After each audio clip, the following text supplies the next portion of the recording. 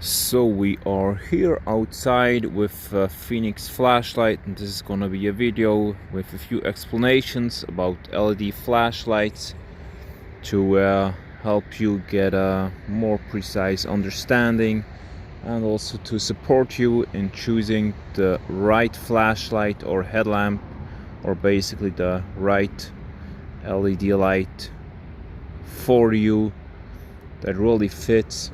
So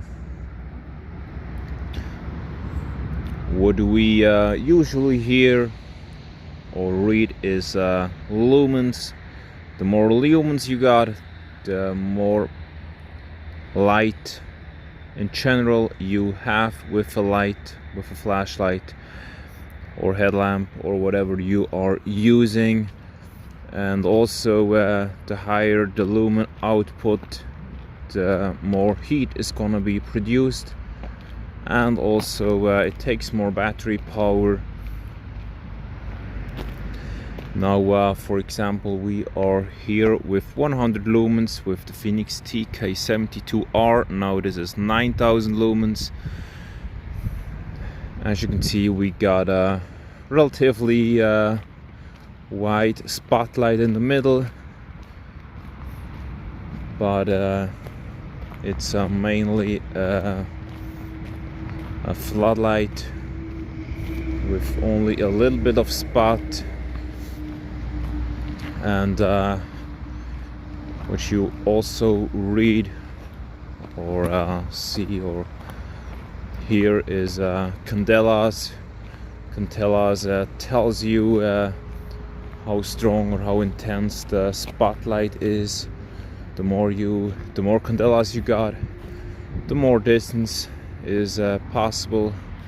So if you want to have a strong spotlight, you really gotta look for a light with a very strong or very high candela rating. For example, the smaller lights that you carry on the belt, they usually have about 10 to 20 or 25,000 lumens, candelas. There are a few that even reach about 100,000 candelas or close to 100,000, and they already give you quite a strong beam distance. Now what you also gotta look for is the relation from lumens to candelas. The more candelas you got with compared to the lumens, the stronger or the more light is just focused in the middle of the beam. So for example, when you got about 200,000-300,000 candelas and only 2, 3, 4 or 5,000 lumens, then you have a very strong spotlight with only a little bit of floodlight. And when you, for example, have about let's say 10,000 lumens and only about 10,000 candelas, then you will mostly have a floodlight with only a little bit of spotlight. So it's usually the best when you just compare a few beam shots from different models, and then you take a look at the candela rating and also the lumen output levels. So it gives you some kind of comparison, and it will help you in making the right decision. So when you are on an open terrain with big distances, then usually a strong spotlight is the better choice, because you in this case basically don't need so much floodlight.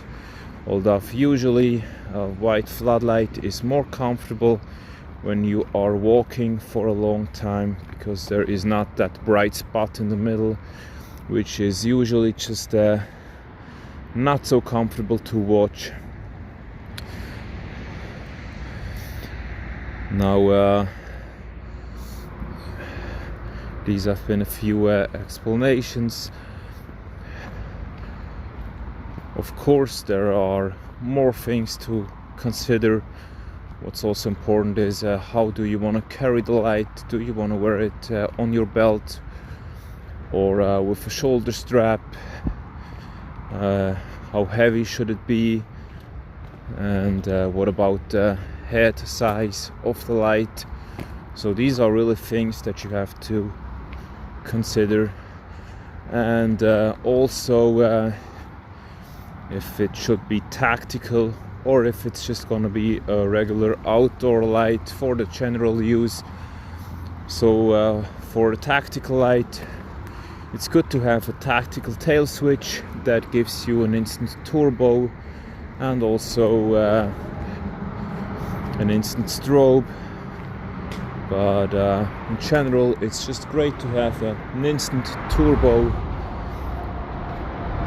that immediately gives you the maximum output level. So that's a great advantage of a tactical light.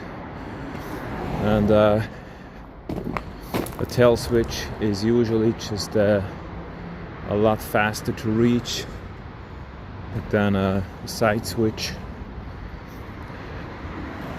And if you just want to have an outdoor light for the general use without tactical functions or features, then of course a side switch is great to have because it's more convenient. So for example, right now as we are walking here along the river, it's just extremely comfortable to have a few side switches to switch through the different brightness settings. Now we are on 100 lumens, which is usually strong enough to just see the important things in front of you. Of course it depends how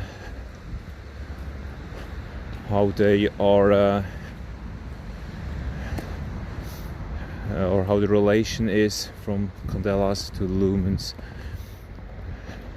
So not each light with 100 lumens looks the same. Now for example, or I'm gonna show you a bit later, we will then switch to more lumens to give you some kind of comparison. But as I said, when you have a normal outdoor use without the necessity or when it's not required that you have tactical features, then of course side switches are really great and extremely helpful. So that's really a recommendation that I can give you, because you in that case you don't have to switch the position of your hand all the time, because when you just only have tail switches, then of course you gotta change the position of your hand or the light in your hand. So yeah, in order to be able to switch through the levels. So for example, we are now here with the Fenix TK72R, which is really great in my opinion to switch through the different brightness settings, because you got 3 switches, so you can go up and you can also go down, almost stepless, an almost stepless regulation of the lumen output levels. You also have an instant turbo, or almost instant. When the flashlight is running, then you can just make one press to get turbo. So this is really great. But of course it's not a tactical light. For a tactical one you truly need a tail switch in my opinion, because that gives you a huge advantage in terms of speed. So these have been a few explanations. If you have questions, or ideas, just leave a comment. If you liked the video, press the thumbs up. If you have anything to change or wishes or ideas, then or improvements for the video, then just leave a comment, let me know. You can also take a look at the website or the other videos. Now thank you for watching, and see you soon in the next video.